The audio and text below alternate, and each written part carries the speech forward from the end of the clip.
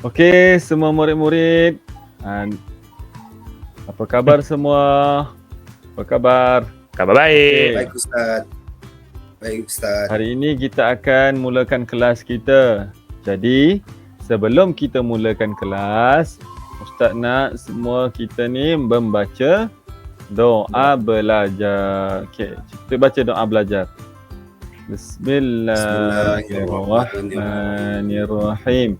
Allahumma iftah alaina hikmataka wanshur alaina min khazaini rahmatika ya arhamar rahimin. Rabbi shrah li sadri wa yassir li amri wahlul 'uqdatam min lisani yafqahu qawli. Amin. Apa khabar semua? Sihat ke? Khabar baik. Ustaz tengok semua pelajar-pelajar Ustaz ni semua duduk dalam pusat sumber. Bagus Ustaz. semuanya ya. Ya. Okey.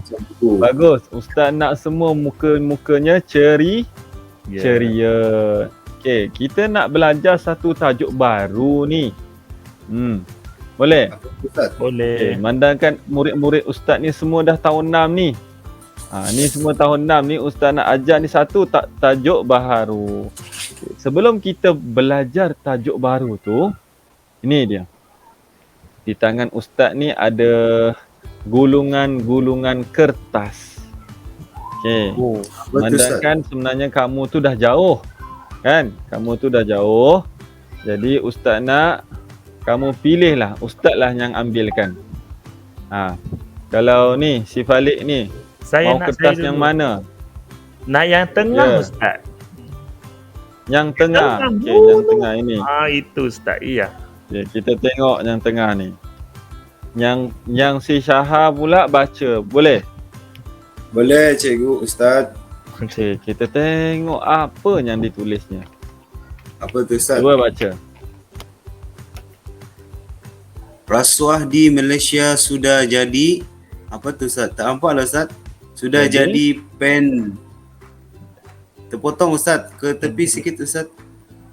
Sudah jadi pandemik. Pandemik. Jadi pandemik. Rasuah di Malaysia telah menjadi satu pandemik. Okey, itu satu. Bagus Syaha. Okey, Syaha pula pilih pula. Syaha nak yang mana? Pilih yang panjang Ustaz. Yang panjang. Yang panjang senang sikit ambilnya. Okey, kita tengok apa dia ni. Apa yang dia tulis? Falik pula baca ya. Ustaz. Baik. Falik, Ya. tengok keratan ni. Cuba baca. Rasuah projek 9 juta. Pengarah Yayasan Direman. Jadi rasuah projek 9 juta. Banyak Pengarah tu. yayasan itu direman, ditangkap. Ish. Ni semua ni apa benda ni Ustaz? Ni apa benda ni murid-murid semua? Okey, hari ini sebenarnya kita nak belajar tentang RASUAH. Rasuah. Apa itu rasuah semuanya? Kita nak belajar tentang rasuah. Kita nak tahu rasuah ini baik ke buruk? Adakah rasuah ini memberi manfaat ke ataupun memberi keburukan? Jadi kita akan belajar tentang rasuah ini dalam buku teks pendidikan Islam kita dalam bidang hadis. Okey. Baik. Sekarang kita beralih kepada pembelajaran kita. Okey, murid-murid buka muka surat 38. Buku teks pendidikan Islam 38. Tengok balik. Tengok 38. Okey, sudah? Sudah Ustaz. Sudah Ustaz. Okey.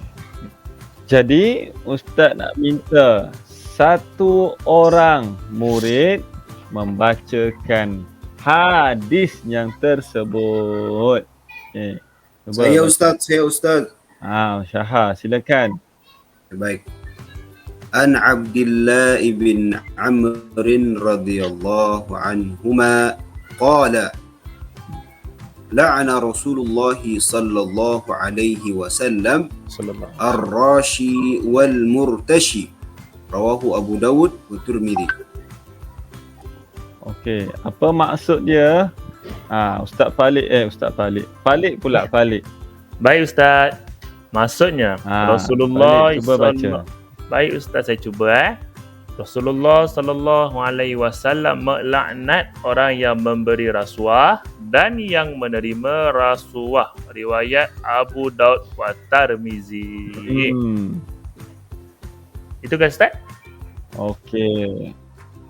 Betul, alhamdulillah betul dua-dua tu. Yeah. Jadi dekat sini ustaz nak cakap untuk hadis yang pertama ni tentang rasuah ni, Rasulullah sallallahu alaihi wasallam melaknat orang yang memberi rasuah dan orang yang menerima rasuah. Jadi murid-murid ustaz nak tanya, kalau perkara yang melaknat ni, perkara yang kita buat tu baik ke buruk? Buruk. Buruk Ustaz. Buruk. Okay. Ya, buruk lah sebab itu Rasulullah melaknat, melarang kita daripada terlibat dengan aktiviti rasuah. Okey. Jadi kita dah tahu dah hukum memberi dan menerima rasuah. Okey. Baik. Seterusnya kita akan bertanyakan soalan.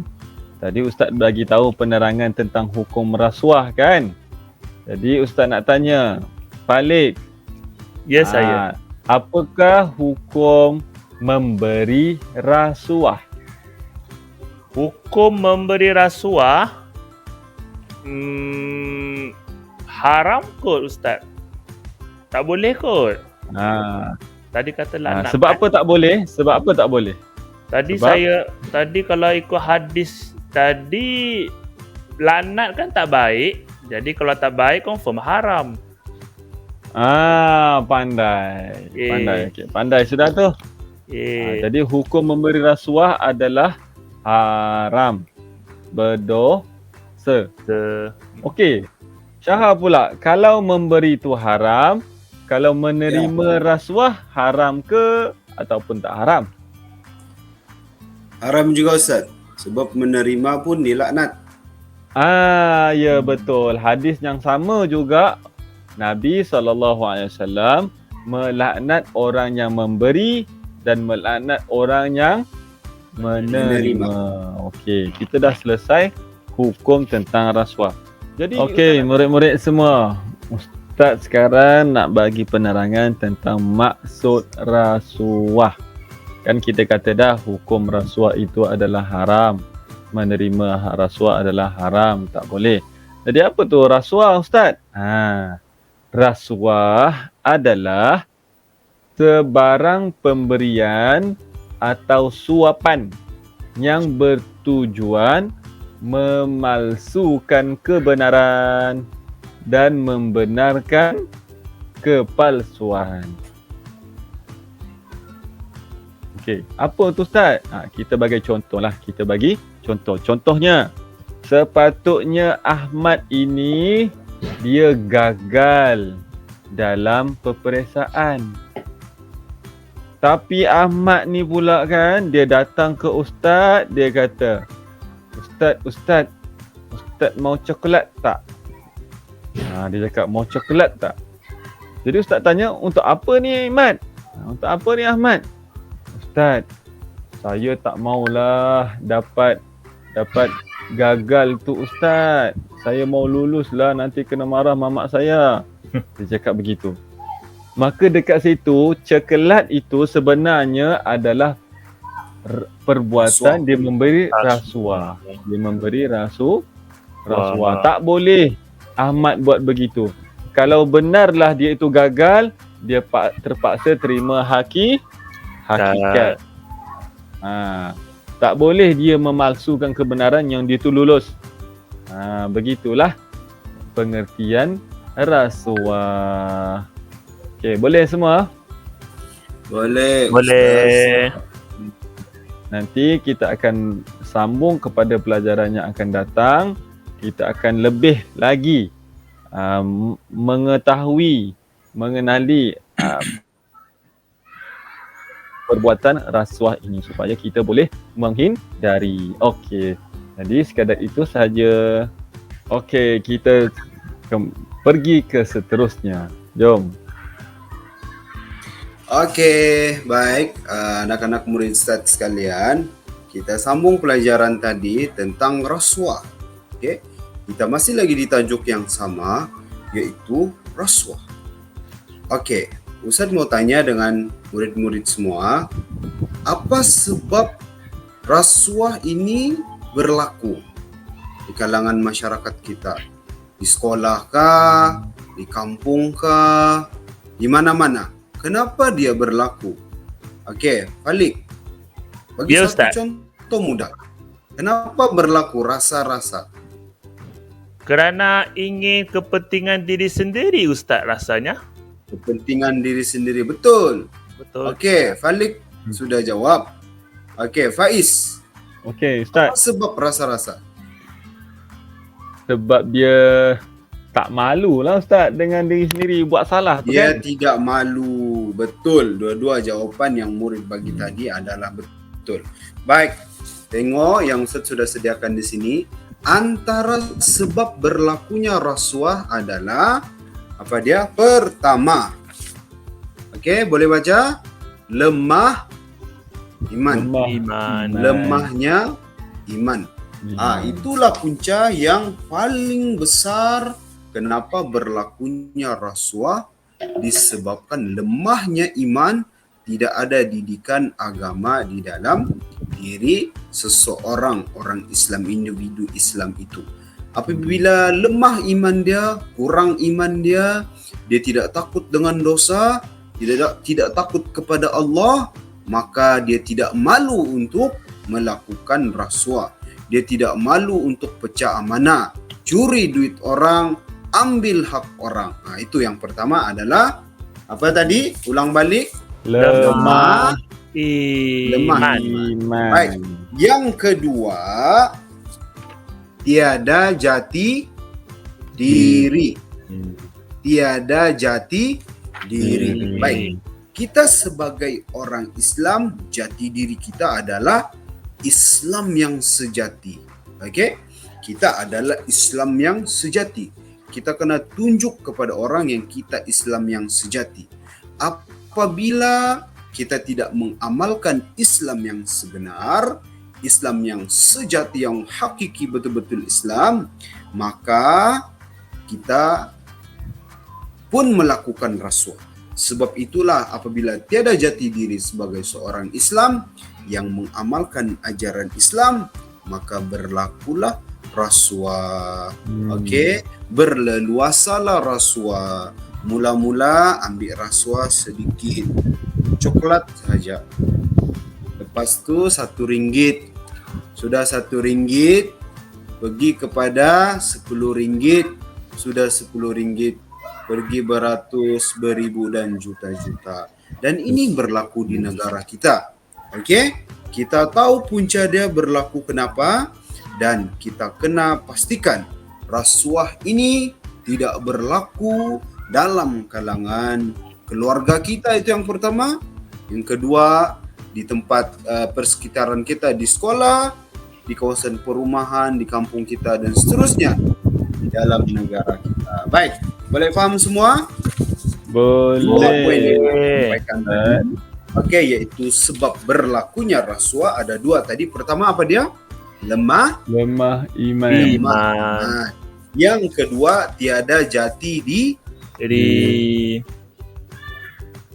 Baik, kita pergi kepada poin yang seterusnya adalah, okey, siapa boleh baca ni?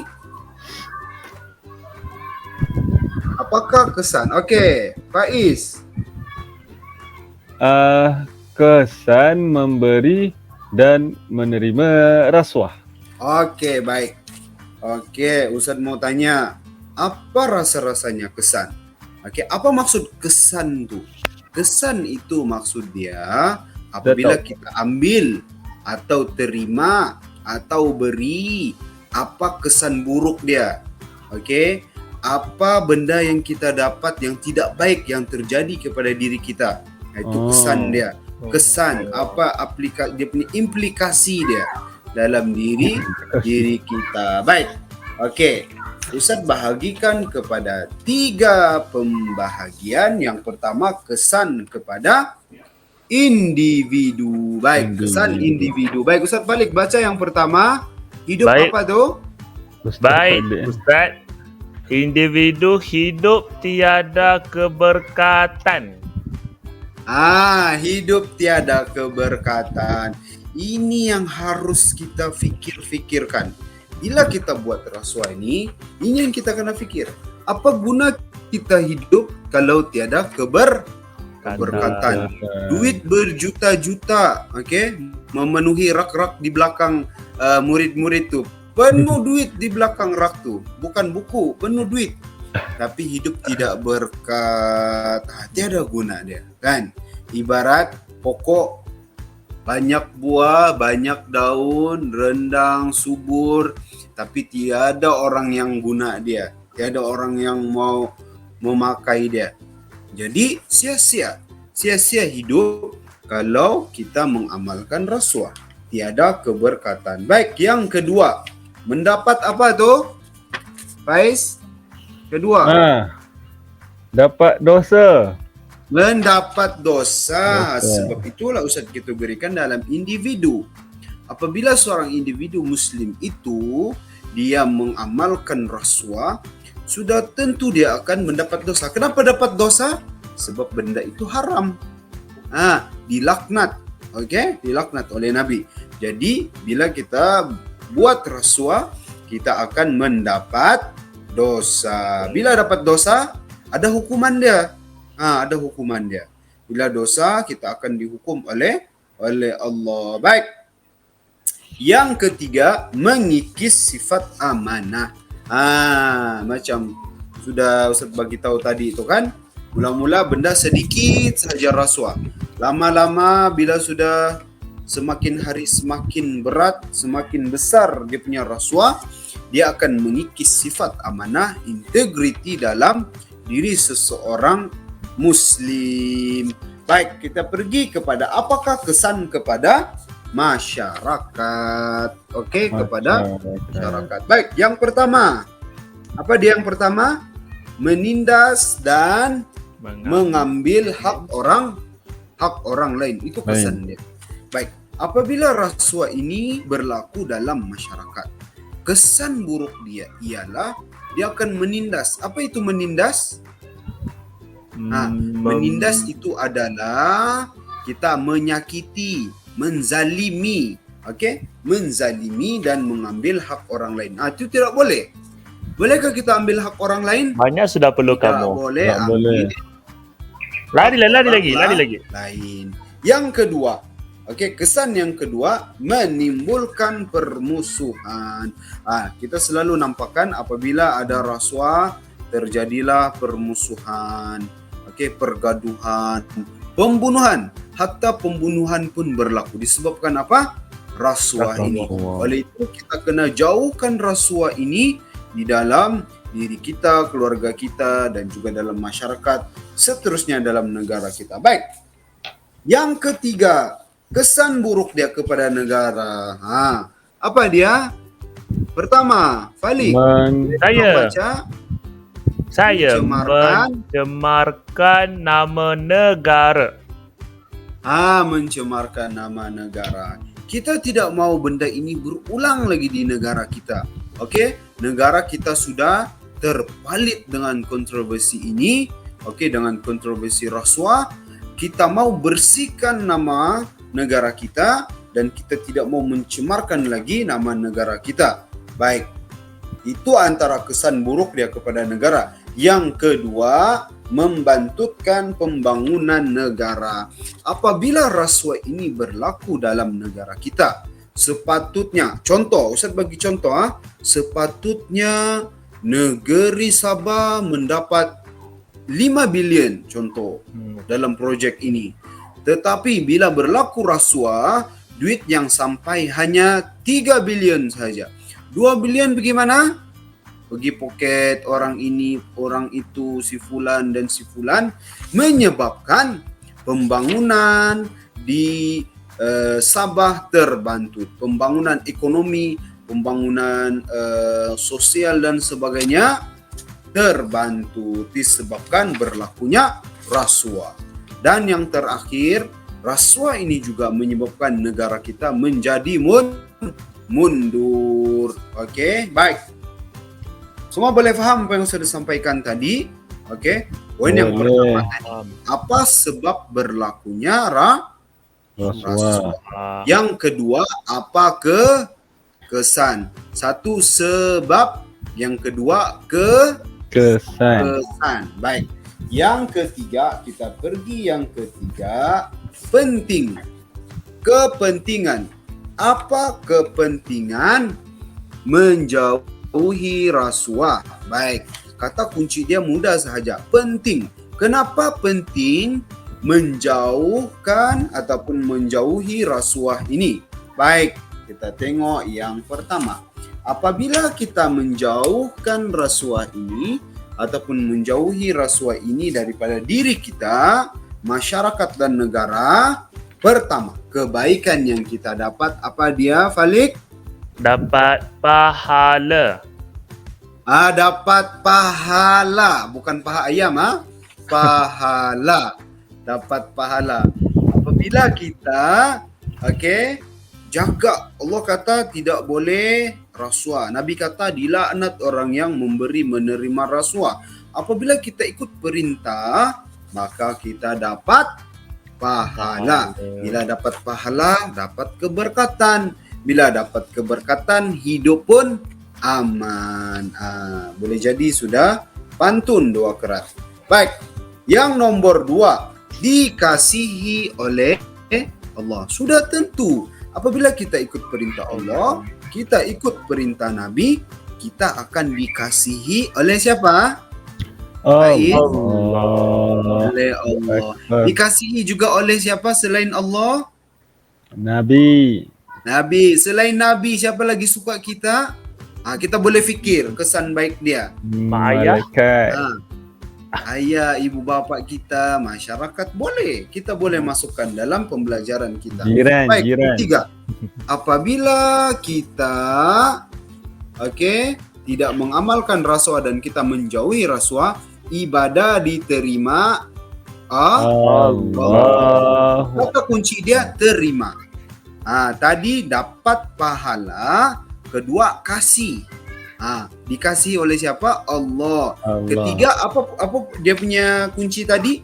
Terima. Diterima ibadah. Ibadah diterima oleh Allah. Apa guna kita beribadah 1000 tahun, kan?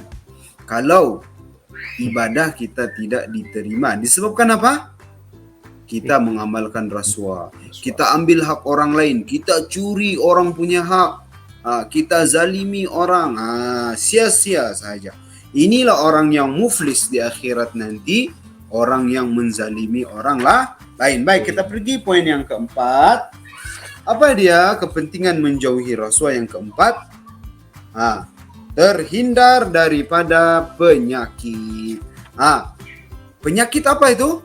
Penyakit hati. Penyakit hati. Apabila kita menjauhi rasuah, kita terhindar daripada penyakit hati.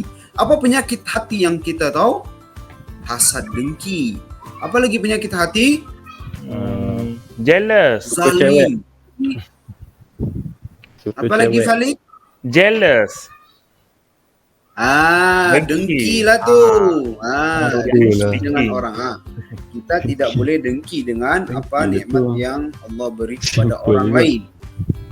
Dan yang kelima, sehat diri dari segi rohani. Sehat diri dari segi Rohani. Sehat kita punya ruh. Apa itu ruh? Ruh itu adalah aman kita. Sehat. Senyum. Orang diberi rezeki kita senyum.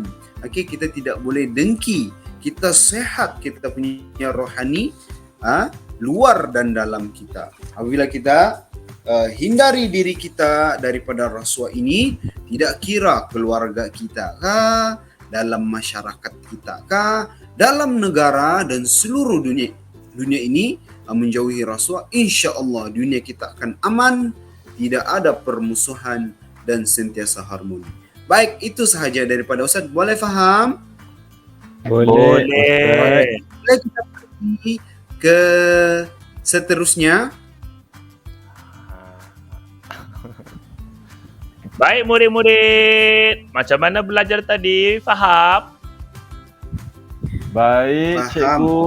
Ustaz. Baik, faham kan? Jadi betul nak cikgu nak ustaz nak uji kamu, adakah kamu betul-betul faham apa yang diterangkan tadi? Jadi macam mana kita nak uji? Dengan soalan pengukuhan.